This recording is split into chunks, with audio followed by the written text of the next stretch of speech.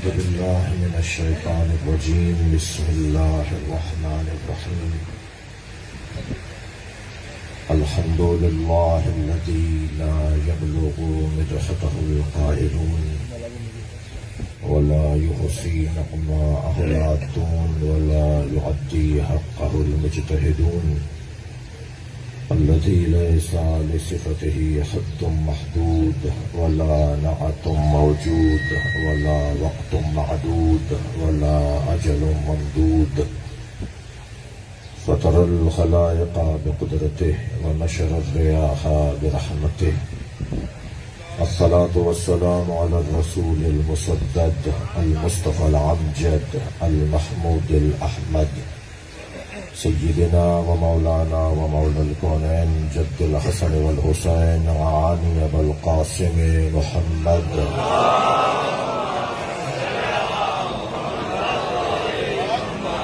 وآله الطيبين الطاهرين المعصومين الذين قال الله إنما يريد الله ليذهب عنكم الرجس أهل البيت ويطهركم تطهيرا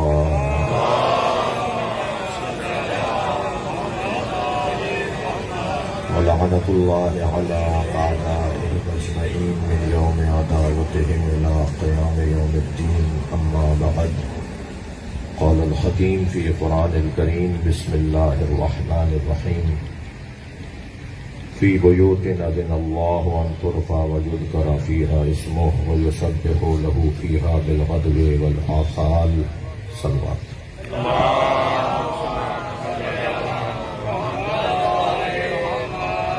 سورہ فاتحہ 3 مرتبہ سورہ اخلاص خدمت گزار قوم و ملت ایک اچھا باپ ایک اچھا پڑوسی ایک اچھا شہری ایک اچھا رشتہ دار ایک اچھا رہنما ایک اچھا مکتب اہل بیت کا نوکر اور ساری باتوں پر سب سے بڑی بات ایک اچھا انسان یعنی شاہ صاحب سید وقف حسین نقوی رحم اللہ من قرأ الفاتحہ الرحمن الرحیم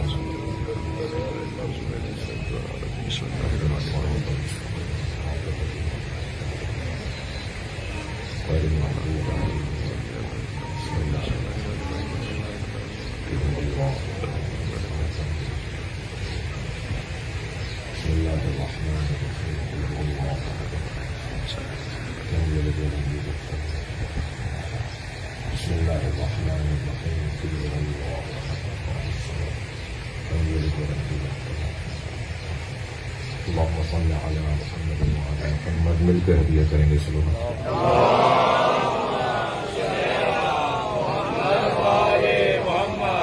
سورہ مبارکہ نور کی 36ویں آیت میں نے آپ کے سامنے پڑھی ہے. بزرگ شخصیات علماء کرام صاحبان دقت اہل علم تشریف فرما ہے. اللہ نے اس کلام میں اہل بیت کے گھر کی عظمت کو بیان کر رہا ہے. اہل بیت کی شان میں تو اللہ نے قرآن میں سینکڑوں آیات نازل کی ہیں، بلکہ میں یوں کہہ دوں کہ قرآن شاید دو ہی طرح کی آیات پر مشتمل ہے، یا اہل بیت کی عظمت کی آیات ہیں یا اہل بیت کے دشمنوں کی مذمت کی. کچھ آیات میں اللہ نے اہل بیت کی نشانیوں کو بیان کیا ہے، علامتوں کو بیان کیا ہے. ویسے بھی قرآن کیونکہ قاعدے قانون اور فارمولوں کی کتاب ہے، قرآن مصداق کو بیان نہیں کرتا، قانون کو اور قاعدے کو بیان کرتا ہے. اس لیے کہ اگر وہ مثال دے دے اور مصداق بیان کر دے تو الجھنیں ہو سکتی ہیں، اس کی حفاظت میں رکاوٹ آ سکتی ہے، اس کے تحفظ میں رکھنا آ سکتا ہے. اللہ نے اس کلام کو محفوظ بھی رکھنا ہے اور جن کی عظمت ہے ان کو اسے بیان بھی کرنا ہے. جناب مریم کے نام کا سورہ تو ہے، حضرت ابراہیم کے نام کا سورہ تو ہے، حضرت یوسف کے نام کا سورہ تو ہے، مگر یوسف کا حسن جس کے حسن سے بنا اس مصطفیٰ کے گھرانے میں حسن و حسین، فاطمہ، علی، ان ناموں پر سورہ نہیں ہے۔ اللہ نے جو جناب زہرا کے نام کا سورہ نازل نہیں کیا۔ اسی شہر کے اندر علامہ اقبال رہتے تھے اور انہوں نے بی بی کی عظمت پہ جو کلام کہا ہے، مریم از یک نسبت عیسیٰ عزیز،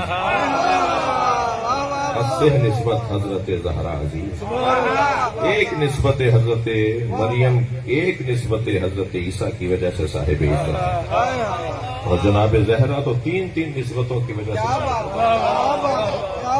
نور چشم رحمت للعالمین۔ جناب زہرا کی پہلی نسبت یہ ہے عزت کے لیے کہ آپ رحمت للعالمین کے اوپر رحمت الہی، نور چشم رحمت للعالمین، آن امام اولین و آخرین، وہ جو اولین و آخرین کا امام ہے، اس پر بھی اللہ کی رحمت اگر ہے تو وہ فاطمہ ہے۔ پھر دوسری نسبت میں فرماتے ہیں کہ بانو آن تاجدار حل عطا، یہ اس کی بانو ہے، یہ اس کی زوجہ ہے جس کے سر پہ حل عطا کا تاج رکھا ہے۔ بانو آن تاجدار حل عطا، مرتضی مشکل کشا شیر خدا۔ اور تیسری نسبت میں فرماتے ہیں کہ مادر آن مرکز پرکار عشق، یہ اس کی ماں ہے جو عشق کے دائرے کا مرکز ہے۔ صلوات پڑھیں عظمت حسین پر۔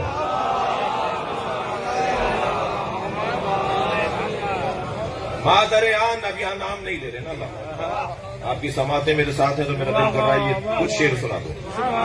یہاں علامہ اقبال نے آن کہہ کر اشارہ کیا ہے، لہذا مجھے حق نہیں ہے کہ میں آن کا ترجمہ حسین کروں، اس لیے کہ جناب زہرا صرف امام حسین کی ماں نہیں ہے، جناب زہرا تو امام حسن کی ماں بھی ہے، اور ان دونوں کے عشق کا جب ظہور ہونے لگے تو جناب زینب کی ماں بھی۔ ابھی آن کا اشارہ تینوں کی طرف ہونا چاہیے، اور بی بی کلثوم تو متم اور مکمل ہے، جناب زینب ہے، اس لیے اشارہ جناب ام کلثوم کی طرف بھی اشارہ ہے۔ تو فرماتے ہیں مادر آن یہ اس کی ماں ہے جو عشق کے دائرے کا مرکز ہے۔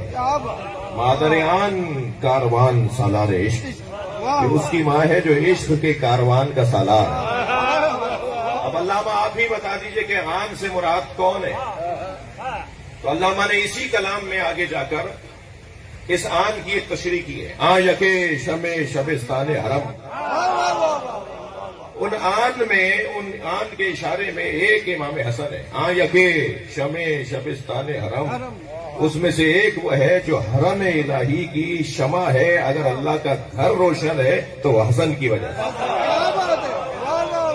آیا کہ شمع شبستان حرم، حافظ جمیعت خیر الامم، جس نے خیر الامت کو، امت مصطفیٰ کو مرنے سے بچایا۔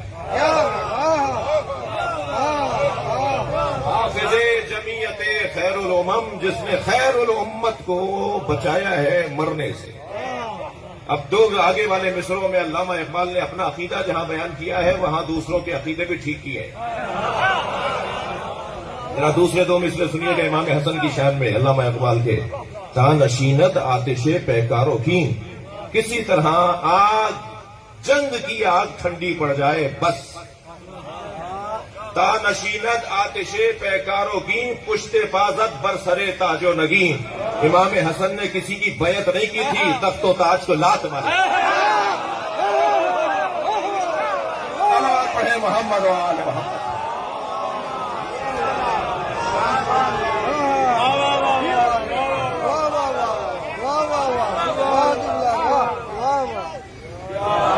بھائی میں تو علامہ اقبال کا عقیدہ بیان کر رہا ہوں، اور اگر زیادہ بیان کیا کہیں ایسا نہ ہو کہ ہماری طرح ان سے بھی نفرت شروع ہو جائے۔ اقبال کا عقیدہ ہے کہ بیعت نہیں کی تھی، بلکہ علامہ نے تو یہاں اور جناب بڑی بڑی شخصیات تو کہتی ہیں کہ یہ نہ صلح تھی نہ بیعت تھی، بلکہ یہ جنگ کو مؤخر کرنا تھا۔ وہ جو میرے مولا نے 10 سال پہلے جنگ کو مؤخر کیا تھا کربلا میں، حسین اسے پورا کرنے آیا۔ علامہ اقبال کا عقیدہ، ہاں یکے مادر آن، اب یہاں آن میں جناب زینب بھی تو ہے اور آن میں امام حسین بھی ہے. تو ایک اور کلام میں فرماتے ہیں، میں بات تشنا نہ چھوڑ دوں، ایک اور کلام میں فرماتے ہیں کہ حدیث عشق تو بابست کربلا و دمشق. عشق کی دو ہی تو داستانیں ہیں. ویسے بھی عاشقوں کا مجمع بیٹھا ہے، مجھے اچھا لگ رہا ہے کہ دو چار جملے عشق پر بھی ہوں. جناب وقت حسین شاہ صاحب اللہ مقامہ کی زندگی عشق پر مشتمل. یہ جیسے کام وہ کر گئے نا، یہ عاشقوں کے کام. جب تک عشق نہیں ہوگا خود کو کوئی وقف نہیں کر پائے. عشق کا بڑا گہرا تعلق ہے. یہ تو دو لفظوں کو اتنے نااہلوں نے استعمال کیا ہے کہ بدنام کر دیا. ایک لفظ سیاست، اتنا نااہل لوگوں نے اسے استعمال کیا کہ لفظ سیاست عبادت کے لیے آیا تھا. لفظ سیاست تو انبیاء اور ائمہ کے لیے آیا تھا. اسے اتنا نااہل لوگوں نے استعمال کیا کہ وہ لفظ اپنی حیثیت سے گر گیا. ورنہ سیاست سے بڑی تو کوئی عبادت نہیں ہے. سیاست کی مختصر تعریف یہ ہے کہ مخلوق الہی کے امور کی تدبیر. مخلوق الہی کے امور کی تدبیر کو سیاست کہتے ہیں. یہاں برعکس ہو گیا، انہوں نے اپنے امور کی تدبیر شروع کر دی. سیاست بدنام ہو گئی. ایسے ہی کچھ ناکام عاشقوں نے اتنا لفظ عشق استعمال کیا. جی تھک رہے ہیں آپ. ناکام عاشقوں نے اتنا لفظ عشق استعمال کیا کہ مفہوم عشق اپنا رخ موڑنے لگا اور بدنام ہوتا چلا گیا. ورنہ عشق کی داستان تو کوئی پوچھے کربلا والوں.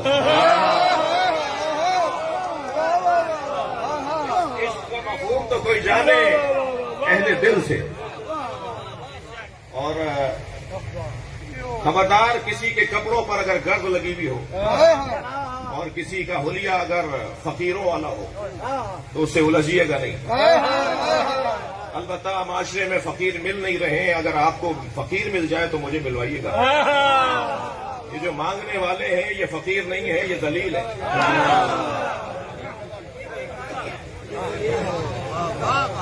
فقیر تو اسے کہا جاتا ہے کہ جو اپنے مولا پہ اعتماد بانٹتا ہو، اپنے مولا پر یقین بانٹتا ہو، جس کا اٹھنا بیٹھنا مولا سے جوڑتا ہو. تو فقیر معاشرے میں کم ہے لیکن بہرحال ہے. اور مولا فرماتے ہیں خبردار کسی کو پھٹے حال میں دیکھو تو اسے حقیر نہ جاننا. اللہ نے اپنے ولیوں کو فقیروں میں چھپایا ہوا ہے. میں 2 کروڑ کی گاڑی میں بھی سواری کروں، 6 کروڑ کا گھر بھی بناؤں اور اللہ کا ولی بننے کی آرزو بھی رکھوں، یہ دونوں خربوزے ہاتھوں میں نہیں آئیں.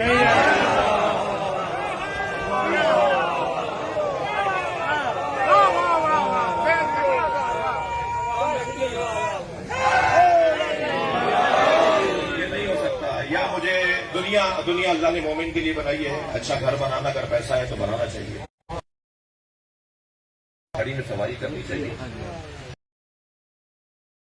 لیکن پھر یہ آرزو چھوڑ دینی چاہیے کہ میں اللہ کا ولی بن جاؤں. اللہ کا ولی بننے کے لیے تو سادگی چاہیے، اپنی ذات کی نفی چاہیے، اپنے آپ کو نظر انداز کرنا ہوگا، تب اللہ ولایتیں بانٹتا. پہلے 6 فٹ کے بدن پہ تو ولایت حاصل کر لو.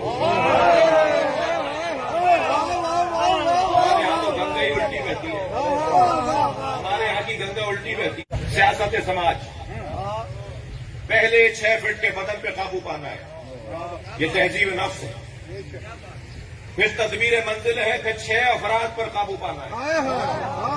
گھر میں 6 افراد رہتے ہیں. پھر تدبیر منزل ہے، اور پھر تدبیر منزل میں اگر کوئی کامیاب ہو جائے تو پھر وہ سیاست سماج کا اہل بنے گا. ہمارے یہاں گنگا الٹی بہتی ہے. یہ پورے معاشرے کی خدمت کرنا چاہتے ہیں، گھر والے ان کو اچھا نہیں سمجھتے. تھک رہے ہیں آپ میری باتوں سے. یہ پورے شہر کو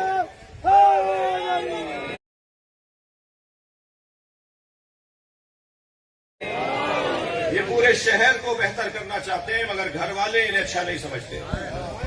اماں آواز لگاتی ہے بچوں کو, خبردار ابا آ رہے ہیں, آواز نہ نکلے. یا ابا گھر میں آ رہے ہیں یا کوئی جلاد آ رہا ہے. اگر باپ کے گھر آنے پر ہی بچے ڈرتے ہوں تو اس سے زیادہ کوئی ناکام انسان نہیں. جس کے گھر والے اس کا احترام نہ کریں, اس سے ڈریں, خوف کھائیں, وہ انسان اچھا انسان نہیں ہے. وہ ساری دنیا کے لیے اچھا ہو تو وہ جھوٹی اچھائی ہے. اور پھر جو اپنے اوپر قابو نہ پا سکے تو بات ہے اپنے اوپر قابو پانے کی تدبیر. ارے مولانا تشریف لائیں, ایک صلوات پڑھیں محمد والے. مولانا کی صحت کے لیے صلوات پڑھیں. بھائی آپ صلوات پڑھی نہیں.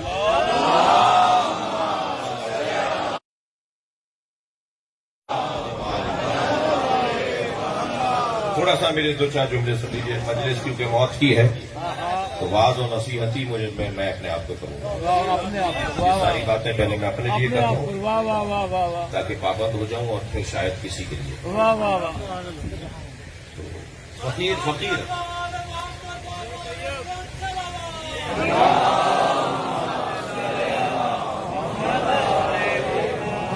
کسی کو کھٹے حال میں دیکھیں, کسی کا ہولیا بگڑا ہوا ہو, کسی کا کالر ادڑا ہوا ہو, کسی کا پائچا پھٹا ہوا ہو, کسی کا بٹن ٹوٹا ہوا ہو تو خبردار اسے حقیر نہ جائے.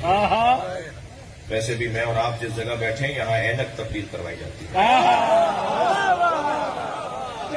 یہاں بیٹھنے والوں کی دید تبدیل کروائی جاتی ہے. سرخ شیشوں کی اگر اینک لگا لیں تو شلجم بھی چقندر نظر آتا ہے. ہمیں اینک سے ہی لگوانی ہے تاکہ ہمیں وہ نظر آئے جو حسین دکھانا چاہتے. اس فرش پر بیٹھنے والوں کی دید کچھ اور ہے. یہ گاڑی میں تو بیٹھ کر آیا ہے کروڑوں روپے کی, مگر فرش پر جب آتا ہے تو جوتیاں اتار کے بیٹھتا ہے. یہ روزانہ ہم مشق کرتے ہیں اپنی ذات کی نفی. جو بزرگ میرے مجبور ہیں کہ وہ کرسیوں کے بغیر نہیں بیٹھ سکتے تو وہ تو اللہ جانتا ہے, مولا حسین جانتے ہیں. لیکن جو خواہ مجلس میں اوپر بیٹھتے ہیں, میں مجلس ضرور لاہور میں پڑھ رہا ہوں مگر لاہور کے لیے نہیں پڑھ رہا, بات عمومی ہے جی. تو وہ خود سے طے کریں کہ وہ کیوں نہیں اوپر بیٹھے ہوئے ہیں. اس لیے کہ نیچے بیٹھنے میں جو روحانیت ہے فلسفہ ہی اس کا یہ ہے. تو ہم جب مجلس میں آ کے بیٹھتے ہیں, اگر تھکے ہوئے نہیں ہیں تو جملہ دے رہا ہوں, تو ہم اپنی جوتیاں اتار کر بیٹھتے ہیں. کوئی بھی جوتیاں پہنے نہیں بیٹھتے. یہ جو جوتیاں اتار کر ہم مجلس میں آتے ہیں نا, اس کا فلسفہ ایک جملے میں سنیے گا. جوتیوں کا نام علی نے دنیا رکھا ہے.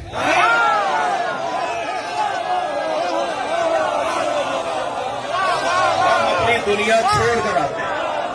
صلوات پڑھیں محمد علی محمد.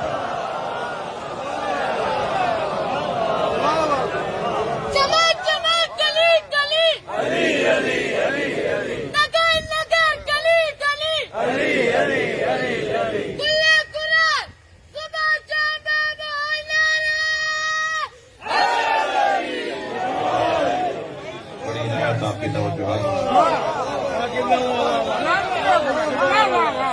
دو لڑکے ہماری مسجد میں, مولانا باب العلم میں رہتا ہوں کراچی میں, مسجد امام بارگاہ کے گھر میں رہتا ہوں. دو لڑکے ہماری مسجد کے صحن میں لڑ رہے تھے اور ایک پر بدتمیزی کر رہا تھا اور جملے کس رہا تھا, اور دوسرا کہتا باہر چلو تو بات کرتے ہیں, امام بارگاہ کے باہر آ جاؤ. تو میں نے اس سے پوچھا کہ تم باہر جا کے کیا کہو گے. کہنے لگا مولانا یہ لڑنے کی جگہ نہیں ہے. اگر یہ حسینی دماغ میں بٹھا لے کہ مسجدیں لڑنے کی جگہ نہیں, امام بارگاہ لڑنے کی جگہ ہی نہیں ہے. اگر کوئی اختلاف ہے بھی تو کسی کے گھر میں جا کے لڑ لو, مگر جس جگہ اونچی آواز میں بات کرنا اعمال ضائع کر دیتا. ایک جانب تو میں کہتا ہوں حاضر و ناظر ہیں, ایک جانب میں کہتا ہوں مجھے وہ دیکھ رہے ہیں. کیا میں جو مجھے دیکھ رہے ہیں, جو مجھے سن رہے ہیں, میں ان کے سامنے لڑوں گا؟ بس اگر یہ فرش ازا کا فلسفہ روشن ہو جائے. ایک صاحب مجھ سے کہنے لگے مولانا اتنا خرچہ ہوتا ہے عزاداری پر, بیواؤں اور یتیموں کا خیال نہیں ہے قوم کو. پچھلے سال مولانا افسار صاحب نے 20 دے کے کی تھی نیاز میں, اس دفعہ 25 کر رہے ہیں. یہ 10 اگر نہیں کرتے اور بیواؤں اور یتیموں کو دے دیتے تو میں نے کہا تمہیں عزاداری کے موقع پہ ہی کیوں بیوہ اور یتیم یاد آتے؟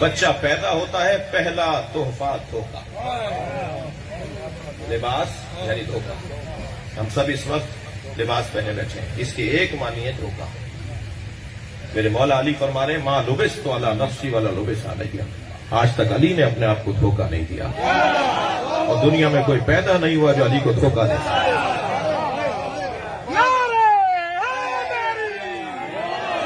ہم کسی کا بٹن ٹوٹا ہوا ہو تو اس کو سلام کا جواب نہیں دیتے، اور کسی نے کلف کے کپڑے پہنے میں ہو تو پڑھ کر سلام کرتے ہیں۔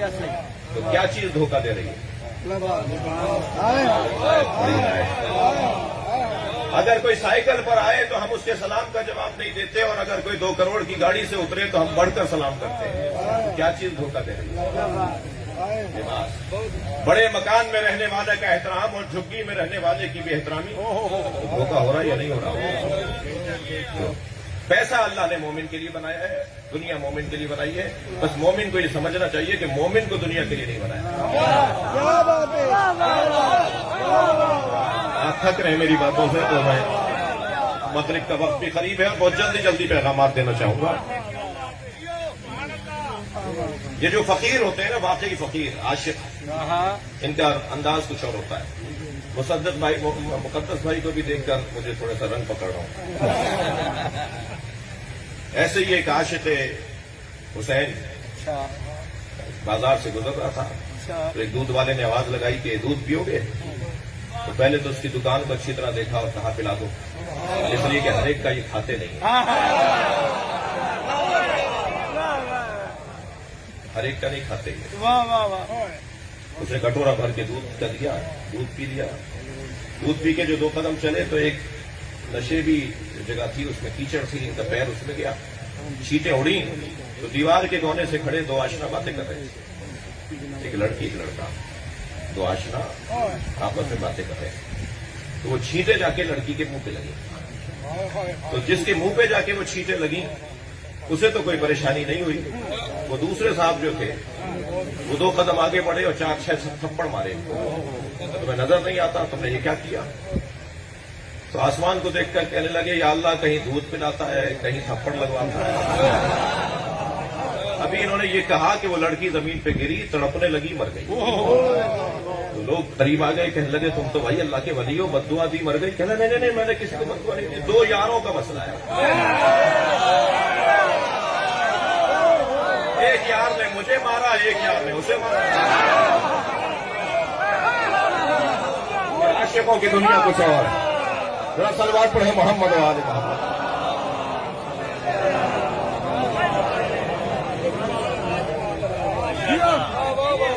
میرے مولا حسین فرماتے ہیں من کانا بادلا فینا فلیرحل معنا، جو مجھ حسین کے قافلے میں چلنے کے لیے سوچتا ہے، چاہتا ہے کہ میرے ساتھ چلے۔ قافلہ حسینی ہے نا، یہ امام بارگاہ آپ نے قافلے کے موقع بنائے ہوئے ہیں، قافلہ کہاں ٹھہرتا ہے؟ وہاں سے چلا وہاں قیام کیا، وہاں سے چلا وہاں قیام کیا، یہ قافلے کی قیام گاہیں ہیں نا، جسے امام بارگاہ۔ مولا حسین فرماتے ہیں من کانا بادلا فینا، جو میرے ساتھ چلنا چاہتا ہے، ہمارے ساتھ چلنا چاہتا ہے، فلیرحل معنا، وہ اپنی ذات کی نفی کرے، جو اپنی ذات کی نفی کرے گا فلیرحل معنا، وہ چلے ہمارے ساتھ۔ تو سب سے پہلا کام اپنی ذات کی نفی، اور جو ذات کی نفی کرے گا وہی مکتب کی، قوم کی، ملت کی خدمت کا جذبہ بھی رکھے گا، اس لیے کہ